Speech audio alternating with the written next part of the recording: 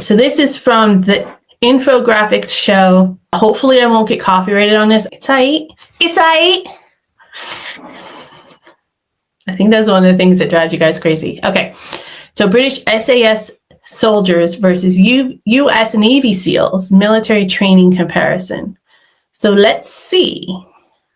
The British Army Special Air Force, aka SAS, began operations in 1941 during the Second World War. The reason for having such a specialized set of soldiers was to get behind enemy lines and attack them from within, or at least destroy what they could while gaining intelligence. It still takes part in operations that involve the United Kingdom, but as it's very much a covert special forces unit, much of what the SAS does is a secret. The Navy SEALs, Sea, Air, and Land Team, was formed much later when President John F. Kennedy established them in 1962.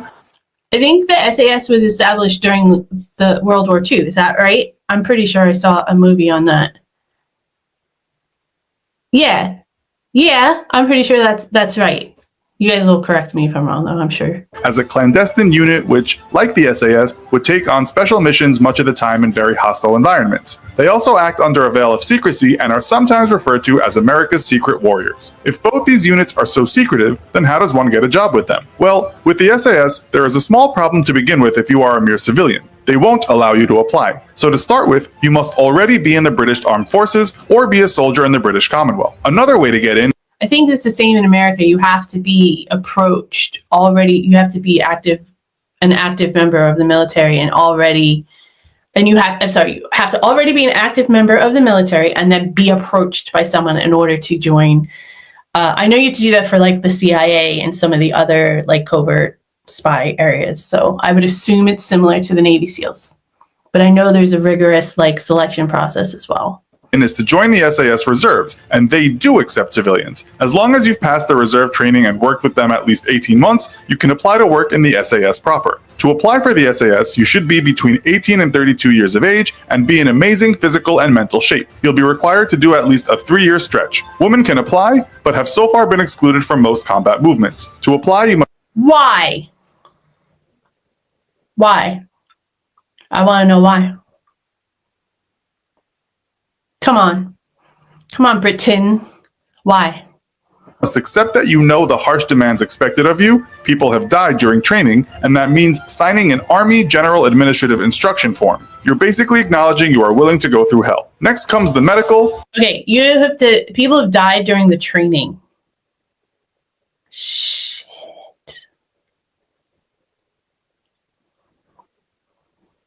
There's really not much I can say about that. Hi, Stephen Fields. Thank you for joining.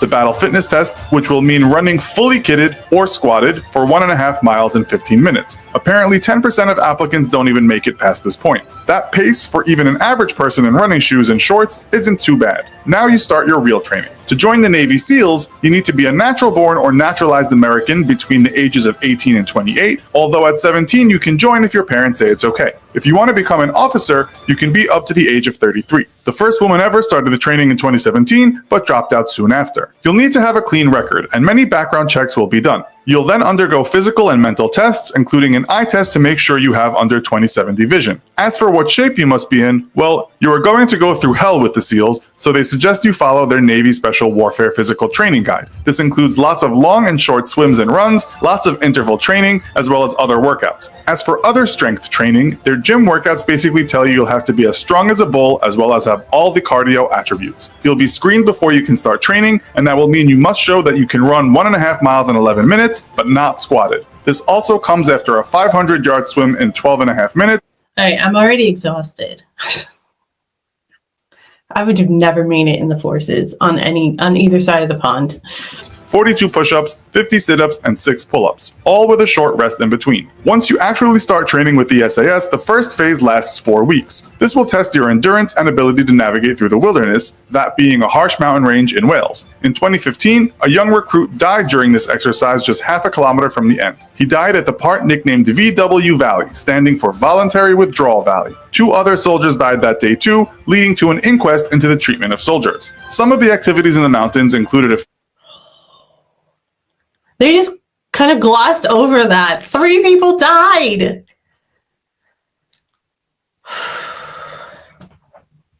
Wow. 15-mile hike to start with. Those that can get through that then have to do a 40-mile hike carrying a 55-pound backpack, a rifle, plus their food and water. They are not allowed to use any established trails, but they do have a map and a compass. After that, they can rest a bit and start the weapons training phase, as well as do parachute training. After that, there is 6 weeks of jungle training, usually in the rainforests of Belize, Borneo, or Brunei. The last phase is called escape and evasion, which will mean being forced into some horrible survival scenarios, as well as learning how to handle being interrogated. This will include humiliations and other psychological harassment, as well as being blindfolded, deprived of sleep, given nothing to eat or drink, being put in stress positions, imprisoned in a small cage, and having to listen to loud noises all the time. SAS tough guy turned novelist said physical injuries finish a lot of people off during training, but you need a lot of strength of will to get through the psychological stuff. In 2016, Jesus, some people are like mentally want to do it and they just like they can't handle it physically. Their body just can't, gives out. Oh my God. the Washington Times reported that one Navy SEAL died in 3 out of the last 4 training classes. One was a drowning, another a suicide, and another a car crash after drinking heavily. I'm so sorry. I'm so sorry that I'm laughing. But how?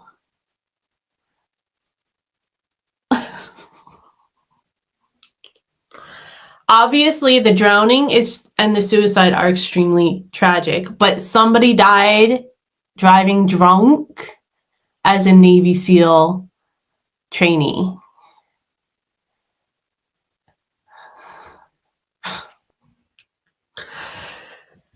I'm just going to leave that out there like that. The Post states that the 6-month training will include a 7-day stretch of little sleep, self-induced hypothermia, and brutal physical conditioning known as Hell Week. It's Hell Week where most recruits drop out. The training in Colorado starts with 5 weeks of pre-training in class. Get through that and you enter the realm of pain and indignity. The Navy SEALs website doesn't go into specifics, but states that you'll be tested to your limits of fatigue. This will include running through sand, swimming in oceans, sometimes in the middle of the night with your clothes on, rappelling down cliffs or buildings at speed, enduring cold and heat, getting lost and finding ways out, combat training, long-distance underwater dives, weapons and explosives training, mission planning, tactics training, and more. Hell Week seems to be the worst part. One soldier described it as being— That's all in 1 week? Dang. That's 1 week. No wonder most people drop out at that time. Designed to put you through 24/7 days of no rest and continual harassment. From his class of 300, only 19 completed the training. In all, it will last 5.5 days and you'll almost continuously be pushed to your limits. You are allowed no more than about 4 hours sleep during the entire training. You'll also have to deal with integration in what's called the survival, evasion, resistance, and escape phase. Former SEAL Brandon Webb said it will involve sacks over your head, being beaten with sticks, and humiliation. It's here, he said, that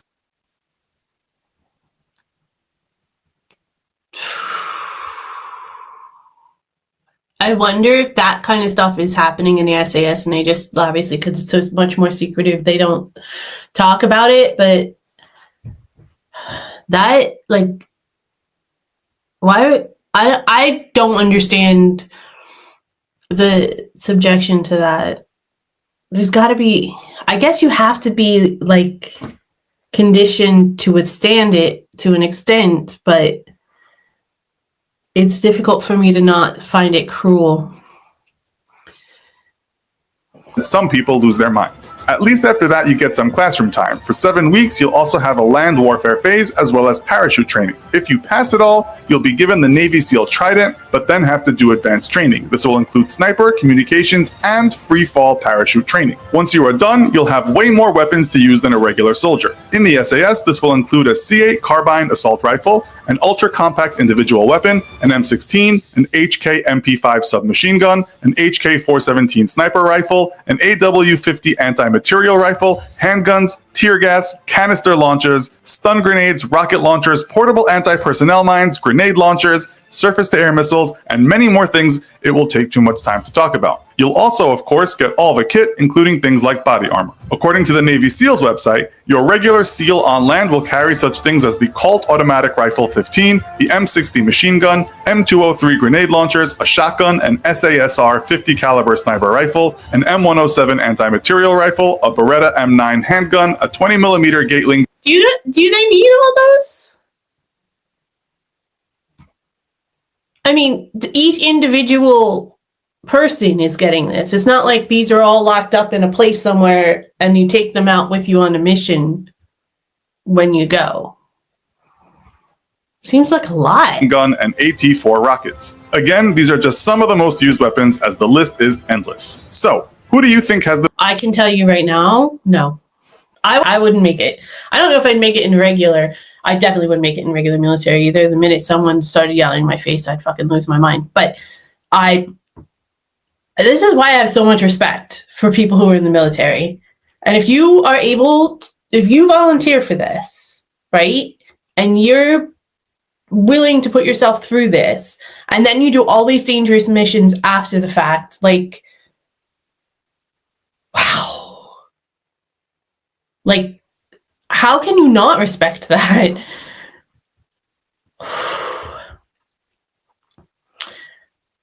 I'm in awe. Like, that's crazy.